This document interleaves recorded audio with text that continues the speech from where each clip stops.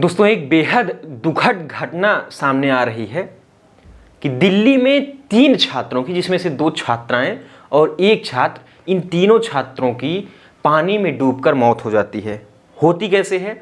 आपको social media के माध्यम से या न्यूज़ के माध्यम से ये सूचना प्राप्त हो गई होगी कि दिल्ली में ऐसी घटना हुई है। अब इसमें लापरवाही क्या है और क्या है पूरा मामला, इसको अगर हम समझें तो आपको बता दूं कि दिल्ली के कुछ क्षेत्र जैसे ओल्ड राजेंद्र नगर, मुखर्जी नगर, पटेल नगर, ऐसे बहुत सारे क्षेत्र हैं जहां पर कॉम्पिटिटिव एग्जाम्स की, चाहे वो यूपीएससी हो, एसएससी हो या अन्य कोई कॉम्पिटिटिव एग्जाम हो, उसकी तैयारी के लिए छोटे से गांव से बच्चे दूर दराज क्षेत्रों से, पूरे भारत से वहां पर जाते हैं तैयारी करने के लिए।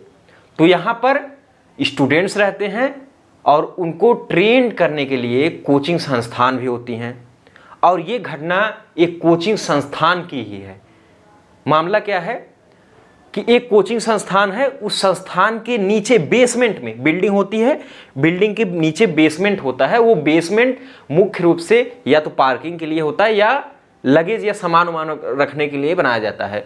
वहाँ पर कोई कॉमर्शियल एक्टिविटी नहीं होती है, ये नियम होता है। लेकिन उस बेसमेंट में, कोचिंग संस्थान के बेसमेंट में लाइब्रेरी चल रही थी और उस लाइब्रेरी में बच्चे पढ़ रहे थे। राजेंद्र नगर को अगर हम लोग देखें तो वहाँ सीवर की बहुत प्रॉब्लम होती है। अगर थोड़ी सी बारिश हो गई तो वहाँ जल भराव इतना हो जाता है कि जैसे लगता है कि कई घंटे बारिश हुई है। अगर 1 घंटे भी बारिश हो गई तो पूरा जलमग्न हो जाता है, क्योंकि सीवर साफ नहीं है और पानी की जो पासिंग है वो अच्छे से हो नहीं पाती। ये आज से नहीं, वहाँ के चश्मदीद बताते हैं, जो वहाँ रहते हैं वो बताते हैं कि ये प्रॉब्लम कई सालों से है और इस पर न दिल्ली की एमसीडी कोई काम कर रही है, न कोई अन्य संस्थाएं वहाँ पर काम कर रही हैं उसके डेवलपमेंट में। तो इसलिए वहाँ पे पानी भर जाता है। तो अभी 27 तारीख को ही लगभग 1 से 1.5 घंटे बारिश हुई होगी, बहुत ज़्यादा बारिश नहीं हुई थी, लेकिन उसकी वजह से पानी इतना ज़्यादा भर गया और सीवर के माध्यम से पानी निकल पाया नहीं। इसकी वजह से इतना ज़्यादा जल जमाव हो गया और नीचे लाइब्रेरी चल रही थी बेसमेंट में। एक ब्लैक कलर की गाड़ी जो है वो उस रोड से गुजरती है और जैसे ही वो गुजरती है तो पानी का जो है वो बहाव होता है और जो लाइब्रेरी होती है उसका गेट जो है वो तोड़कर पानी नीचे बेसमेंट में जाने लगता है। इतना तेज पानी जा रहा था कि 2 से 3 मिनट के अंदर 10 से 12 फीट का बेसमेंट जो है वो पूरी तरह से भर गया।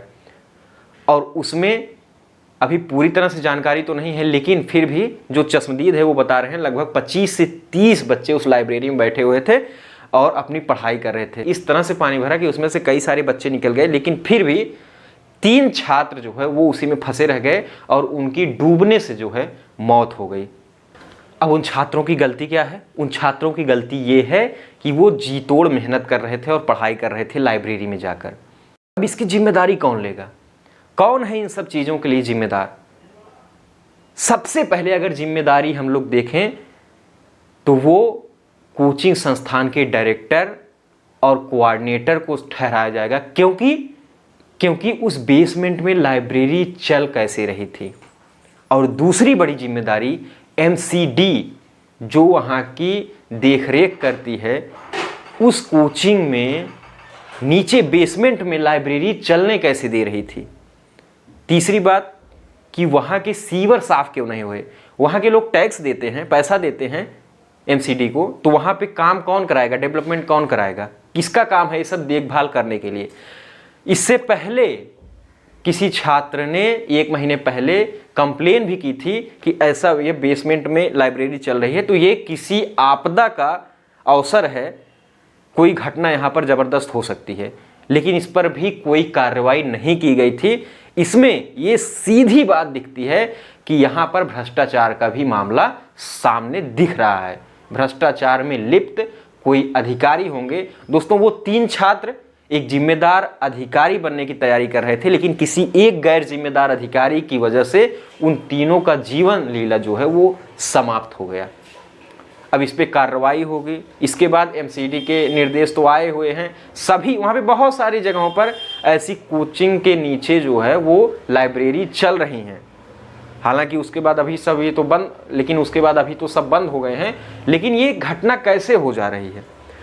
ये कोई आपदा नहीं है, कोई प्राकृतिक आपदा नहीं है, ये लापरवाही है। सीधी सी बात यहाँ पर दिखती है। तो इसमें अब कितना सुधार होगा? बच्चे धरना दे रहे हैं और इस पर वहाँ की प्रशासन कितनी सुनवाई कर रही है वो यहाँ पर देखना पड़ेगा। और वहाँ पे दोस्तों ये गैर जिम्मेदाराना हरकत हुई है जिससे 3 बच्चे अपने जीवन को गंवा दिए, और अगर सुधार नहीं हुआ तो आगे ऐसी घटनाएं देखने को मिलती रहेंगी।